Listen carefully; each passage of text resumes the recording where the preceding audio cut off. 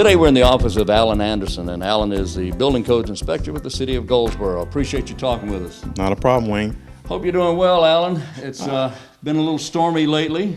To say the least. To say the least. Hurricane Matthew has come and gone now, and we're in the midst of recovery. That's correct. And the City of Goldsboro going through some pretty heavy things right now with recovery, and it's your responsibility in your office to locate and determine the condition of housing in the area. Tell me about that. Well, our role here with the City of Goldsboro, of course, we're right in the middle of our damage assessment part of it. We're kind of winding down our damage assessment. Now we're getting into the recovery part. Okay. So, on our damage assessments, of course, we went out and kind of waded in the water before, people could actually get back into their homes and just try to see, how the water levels were and things like that, and we put condemn signs out, on these homes that we felt like water got into them. Now, this condemn sign is a temporary condemnation. Temporary. Right. That's important. Right. That's important because why? Because temporary, you can actually fix it and bring it back up.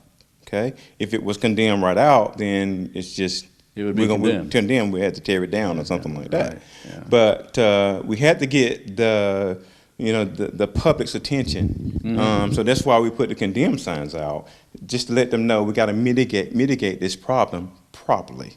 Okay.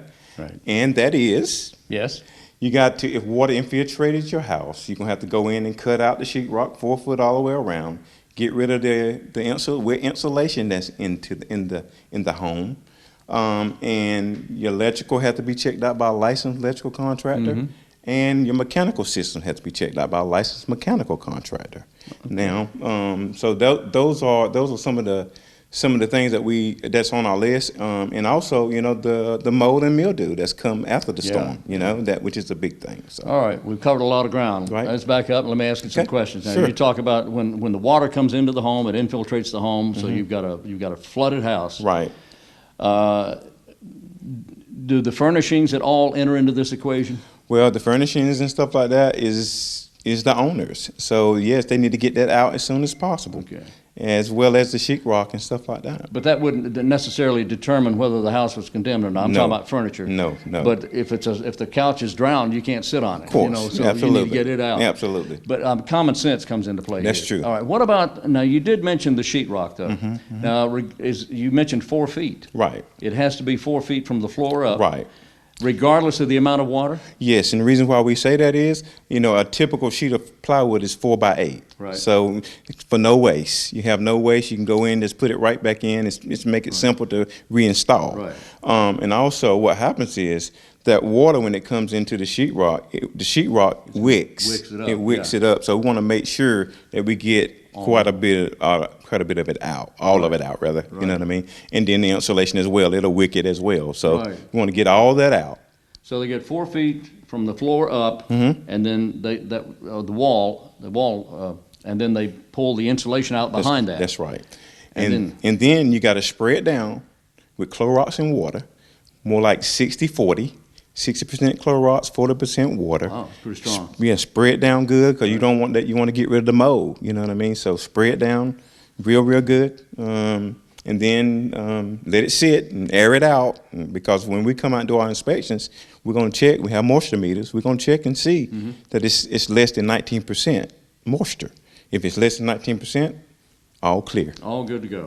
Clear. And if it's not? If it's not, then you got to keep airing it out until it get there. Wait until you get to 19%. That's right. Now, what is 19% of what? Of water content into the lumber. Into the lumber itself? Lumber itself, that's right. 19%. Yeah. 19% or less. That's correct. That's correct. So once you get it all dried out, before you apply anything to that wall, you have to be inspected. That's correct. You can't go ahead and fix it. That's right. Wait. You got to wait. You got to get us out there. The electrical contractor has to get his permit. We got to check out the electrical.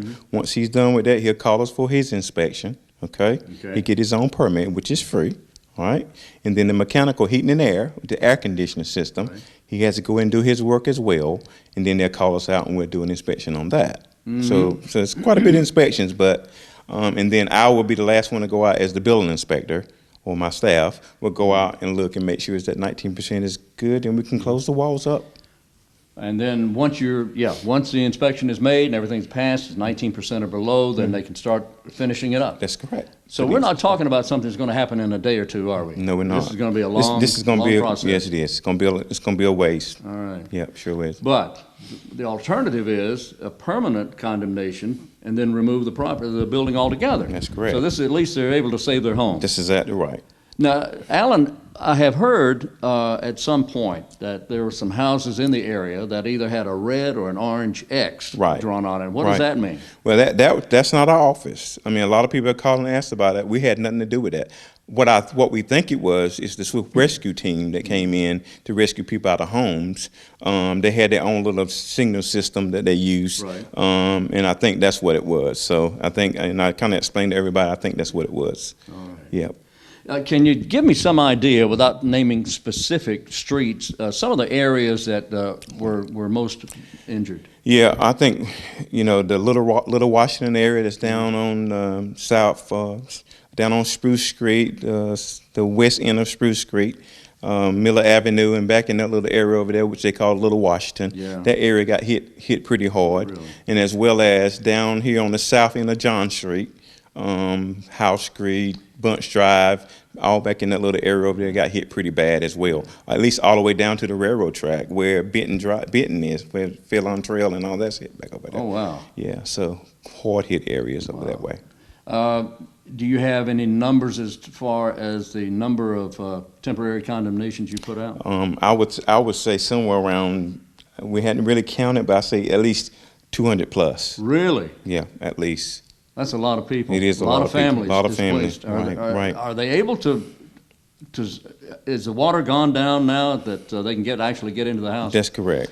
Are they able to stay in that house? Well, we highly recommend them not to. Do not stay in the house. That's what we recommend. But people are doing it. Yeah. They're staying in their houses and it's their home. Exactly. So they emotionally attached to it. And you can't.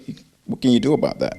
But you try to tell them, but that's why we put signs up, so we can make sure they know that we told you that something's not quite right here. Yeah. So, so this should encourage them at least to go ahead and get started. That's right. And get the old out and get the wet out and anything that's damaged to get it out of there. Yeah, we're getting a lot of people to come down and get permits, and so I think we got the word out. And I just want to make sure there's a lot of rumors going on out there. Yeah. I just want to kind of set the record straight as to what we're really doing here, to trying to help people. As Pat and I were coming in, I noticed a lot of people in your office here. Yes. A lot of people in there waiting to be helped. And what would most of these people be doing? What are they looking for? Trying to get back in their home safely. And want to know what this condemnation sign's all about, and who's going to help us. You know what I mean? That's what they want to know. So over 200 temporary condemnation signs have been, at least that many, and probably more. Right. Have you posted any permanent condemnation signs? No, we haven't. Has anything been condemned at all? No, okay. We have not. Is there a chance that may happen? It's a chance that they may not want to go back in, and a lot of people are saying, I don't want to go back in there. I don't want to be in there. Yeah. But then it's still on them to take care of the property. So. Yeah. My hope is that people fix their properties and and stay in our area. Yeah. So. Wow. Well, sir, I appreciate all the work you're doing. You and your staff do a fine job. Thank you so much. We appreciate you very much. And I got one thing else to say to the public is, make sure that these guys that's going to do this work for you, if they're contractors, make sure they come down to our city inspection department and register their business with us. That's really important. Right. What are some of the things they should be looking for? Now, if somebody comes knocking on your door and they say, hey, I'm a fix-it man. Right. I repair things. That doesn't mean that they do or don't know. Right. How do you check them out? Well, you tell them, okay, well, have you got a registration with the City of Goldsboro? And if they don't have a registration with the City of Goldsboro, then don't hire them.